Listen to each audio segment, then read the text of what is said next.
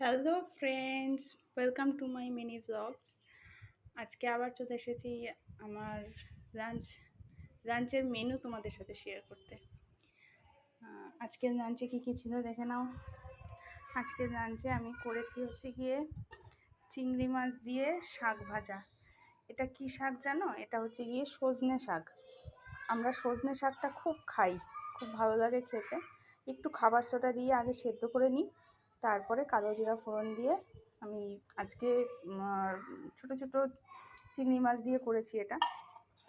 আর আমাদের ছাদের গাছে একটা ছোট্ট বেগুন হয়েছিল, সেই বেগুনটা 4 টুকরো করে ভাজা করেছি। আর করেছি কাতলা মাছের ঝোল, ধনেপাতা গরম মশলা দিয়ে। আর এদিকে দেখো ভাত ফুটছে, ভাত এখনো হয়নি। আর করে নিয়েছি স্যালাড। তো আজকের লাঞ্চ এটাই।